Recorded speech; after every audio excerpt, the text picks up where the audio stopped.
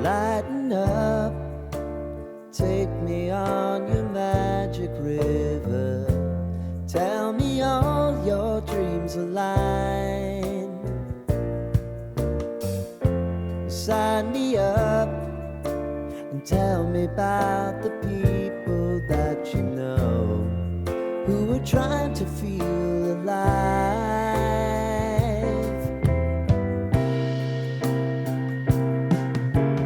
Life can get hard, so honey, if you need to cry, you know that I can take the truth.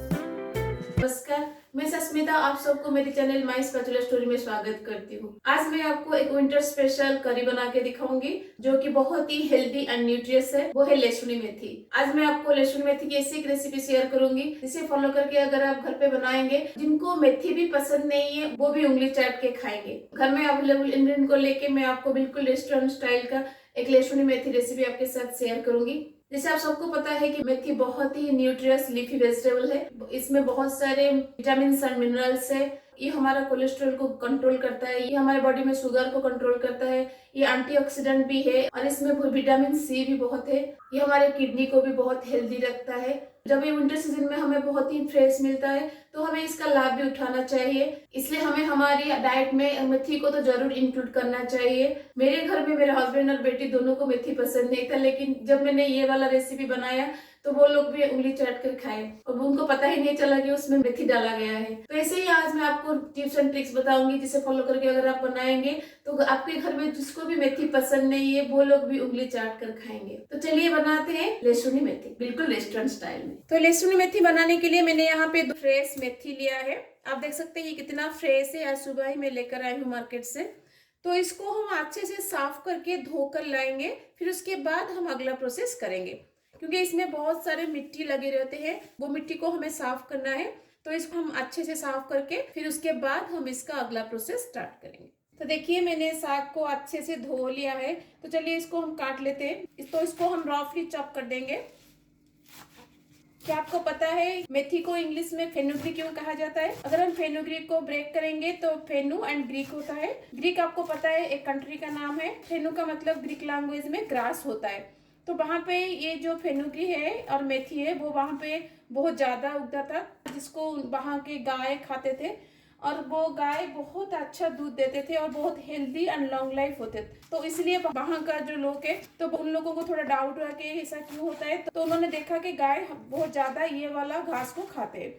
तो उन लोगों ने उसके ऊपर research किया तो उनको पता चला कि इस मेथी में बहुत सारे न्यूट्रिएंट वैल्यू होता है, क्योंकि इसमें प्रोटीन बहुत ज्यादा रहता है और कैल्शियम मैग्नीशियम बहुत ज्यादा रहता है इसमें।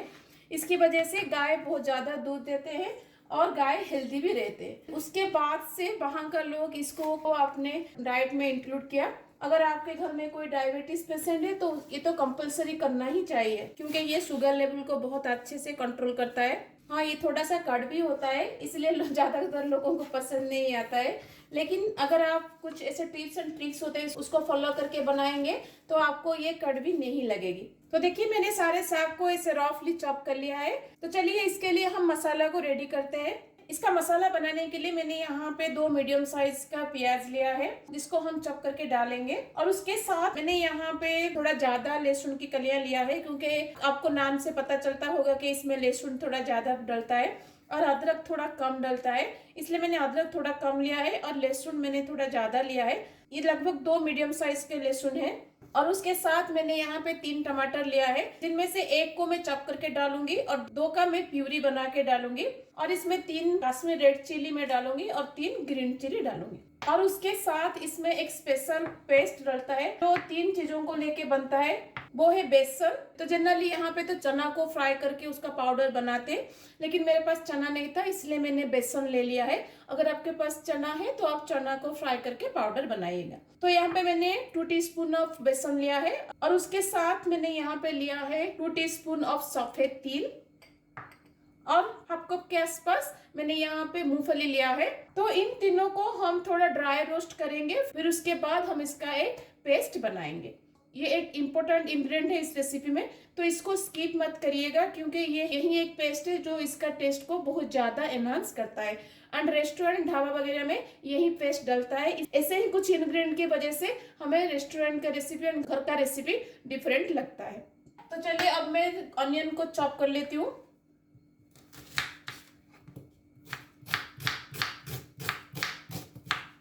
तो मैंने सारे अनियन को चॉप कर लिया है। अब इसको एक बाउल में निकाल दूंगी। अब हम अदरक लहसुन को चॉप करेंगे। मैं यहाँ पे 2/3 लहसुन को चॉप कर दूंगी और 1/3 लहसुन रखूंगी क्योंकि मुझे इसे डाल के साग को फ्राई करना है। तो इसलिए मैं 2/3 लहसुन को चॉप कर लूंगी जिसको मैं मसाले में डालूंगी। तो मैं यहाँ पे चॉप करके लहसुन और अदरक को डालती हूँ। अगर आप चाहे तो पेस्ट बना के भी डाल सकते हैं।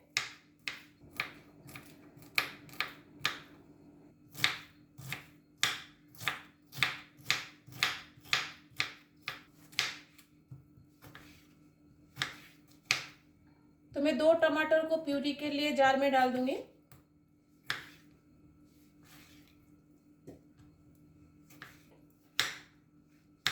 अब मैं इसको चॉप कर लूंगी। तो सारे मसाला मैंने रेडी कर लिया है। अब चलिए तीनों को थोड़ा ड्राई रोस्ट करके इसका एक पेस्ट बनाते हैं। तो ड्राई रोस्ट करने के लिए मैंने यहाँ पे पैन गरम कर लिया है। पहले हम मूंगफली को थोड़ा ड्राई रोस्ट करेंगे। तो मूंगफली अब हमारा रोस्ट हो गया है। अब इसको मैं निकाल दूंगी। अब इस मूंगफली को थोड़ा सा ठंडा कर दीजिएगा और उसका छिलका निकाल के फिर उसका प्यूरी बनाइएगा। छिलके के साथ इसका प्यूरी मत बनाइएगा। अब मैं सफेद तिल को थोड़ा ड्राई रोस्ट कर दूंगी। सफेद तिल थोड़ा जल्दी रोस्ट हो जाता है, इसलिए इसको ज्यादा टाइम रोस्ट मत करिएगा। तो ये अब हमारा हो गया है। अब मैं निकाल दूंगी इसको। अब मैं बेसन को ड्राई रोस्ट कर दूंगी। तो बेसन अब हमारा रोस्ट हो गया है। अब गैस को मैं बंद कर दूंगी। अब इसको पैन से निकाल देंगे। तो हमने मूंगफली, सफेद तिल और बेसन को ड्राई रोस्ट कर लिया है। तो चलिए इसका हम एक पेस्ट बनाते हैं। फाइन पेस्ट बनाइएगा, दरदरा पेस्ट मत बनाइएगा। तो अब हम मेथी को थोड़ा सा फ्राई करेंगे। उसके बाद हम इसका मसाला बना के उसमें मेथी को डालेंगे। तो मेथी को फ्राई करने के लिए मैं यहाँ पे लूंगी 1 टीस्पून ऑफ घी। आप चाहे तो तेल में भी फ्राई कर सकते हैं, लेकिन घी इसलिए मैं यूज करती हूँ ताकि उसका जो बिटरी फ्लेवर है थोड़ा कम हो जाए। तो घी अभी हमारा गर्म हो गया है। तो इसमें मैं लूंगी 1/2 टीस्पून ऑफ जीरा, थोड़ा सा हींग, ज्यादा नहीं, 1/4 टीस्पून ऑफ हींग डालिएगा। और उसके साथ में डाल दूंगी 5 से 6 लहसुन। तो लहसुन को तेल में हम अच्छे से फ्राई करेंगे। तो लहसुन अभी हमारा फ्राई हो गया है। तो अब हम साग को इसमें डाल देंगे।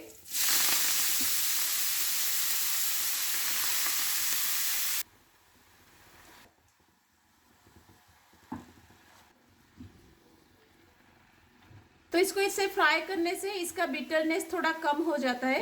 अगर आप फ्राई नहीं करना चाहते तो आप इसको नमक के पानी में सोक करके आधा घंटा के लिए रख दीजिएगा। तो उसका जो बिटरी जूस है वो निकल जाएगा। फिर उसके बाद उसको मसाले में डालिएगा। अब इसमें मैं डालूंगी थोड़ा सा नमक। ज़्यादा नमक मत डालिएगा क्योंकि हमें मसाले में भी नमक डालना है।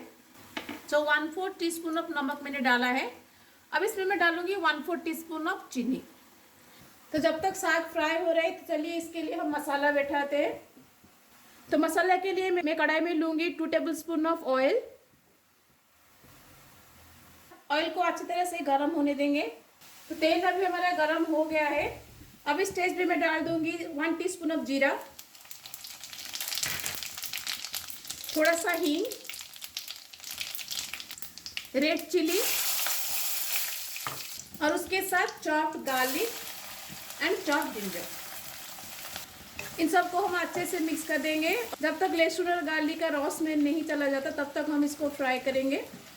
तो साग भी हमारा हो गया है। अब मैं गैस को बंद कर दूंगी। आप देख सकते हैं पूरा पानी ड्राई अप हो गया है। तो इतना तक ही हमें साग को फ्राई करना है, उससे ज़्यादा फ्राई मत करिएगा। लहसुन अदरक को फ्राई करते हुए 2 से 3 मिनट हो गया है। अब इसमें मैं डाल दूंगी चॉप्ड अनियन। अनियन जब तक गोल्डन ब्राउन नहीं हो जाता तब तक हम इसको पकाएंगे। तो अनियन को जल्दी फ्राई होने के लिए मैं यहाँ पे लूंगी 1 टीस्पून ऑफ नमक। ज़्यादा नमक मत डालिएगा क्योंकि साग में थोड़ा नमक कम ज़रूरत पड़ती है। तो प्याज अब हमारा गोल्डन ब्राउन कलर का हो गया है। अब इस स्टेज में मैं डाल दूंगी chop tomato and slitted green chilli.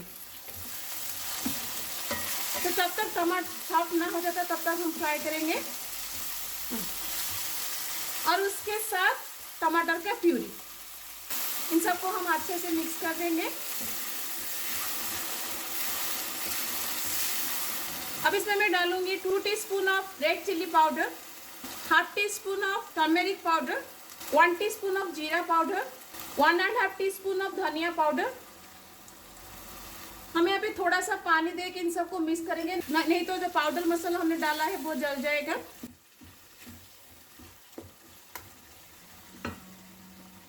तो अब मैं इसको कवर लगा दूंगी। कवर लगा के इसको 4 से 5 मिनट के लिए छोड़ दूंगी ताकि जो हमने टमाटर डाला है ना वो अच्छे से सॉफ्ट हो जाए और जो टमाटर का प्यूरी डाला है और बाकी का पाउडर मसाला डाला है वो अच्छे से कुक हो जाए। तो अभी 3 से 4 मिनट हो गया है। तो आप देख सकते हैं टमाटर अच्छे से सॉफ्ट हो गया है। अब इस स्टेज पर हमने जो पेस्ट बनाया था ना मूंगफली का, उसको हम डाल देंगे।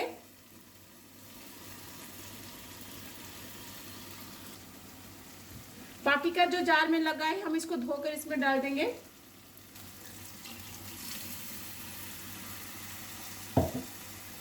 अब इन सबको हम अच्छे से मिक्स कर देंगे।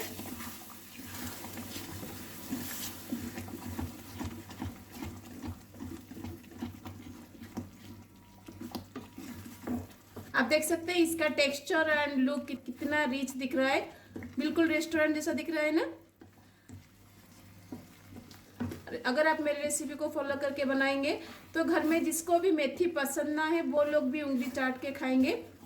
अगर मेरी रेसिपी आपको अच्छी लगेगी तो लाइक शेयर जरूर कीजिएगा और मेरे चैनल को सब्सक्राइब जरूर कीजिएगा। और जार में लगा थोड़ा सा अभी मैंने वो उसको धो के मैं उसका पानी इसमें डाल दूंगी, क्योंकि हमने मूंगफली का पेस्ट डाला है ना इसलिए वो नीचे से जल्दी लग जाएगा। और बीच बीच में कच्ची को चलाते रहिएगा, नहीं तो नीचे से ये लग जाएगा। अब इसका ड्रॉप्स बहुत बाहर आएंगे, इसलिए मैं इसको कवर लगा के और 3 से 4 मिनट इसको कुक करूंगी। गैस के फ्लेम को यहाँ पे मीडियम रखिएगा, हाई मत रखिएगा, नहीं तो नीचे से पेस्ट लग जाएगा, नीचे से मसाला लग जाएगा। सो मसाला को पकाते हुए 4 से 5 मिनट हो गया है। आप देख सकते हैं मसाला अभी तेल छोड़ चुका है।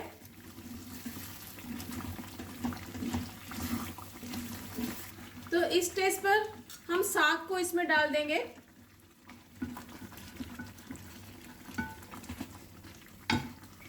साग को मसाले के साथ अच्छे से मिक्स कर देंगे।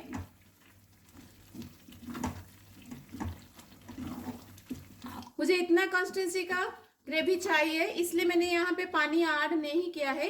अगर आपको इससे पतला कंसिस्टेंसी का ग्रेवी चाहिए तो आप यहाँ पे थोड़ा सा गर्म पानी डाल दीजिएगा, लेकिन ठंडा पानी मत डालिएगा। और जनरली ये वाला रेसिपी थोड़ा गाढ़ा रहता है। तो अब इसमें मैं डाल दूंगी 1 टीस्पून ऑफ कसूरी मेथी,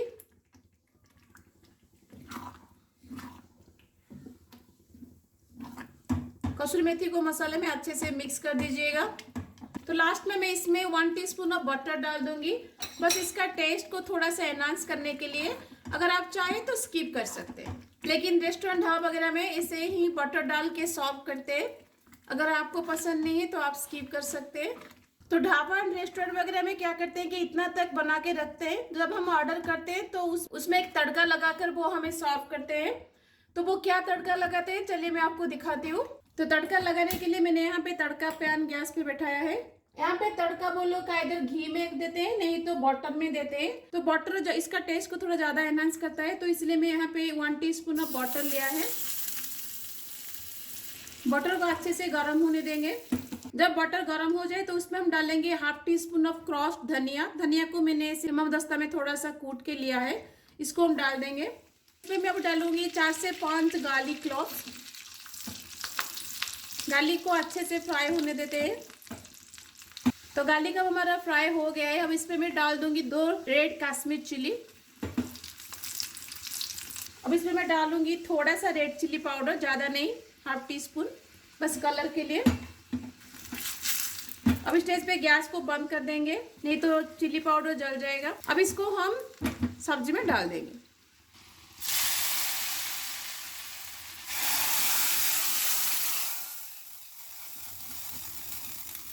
तो इस तड़का को हम मसाले में अच्छे से मिक्स कर देंगे। अगर आप चाहें तो इस स्टेप को आप स्किप कर सकते हैं, लेकिन ये तड़का मेथी मसाला को और भी ज़्यादा फ्लेवरेबल बनाता है। तो अब हमारा लहसुन मेथी रेडी है, तो चलिए इसको हम प्लेटिंग करते हैं। Lighten up, take me on your magic river. Tell me all your dreams align. Sign me up and tell me about the people that you know who are trying to feel alive.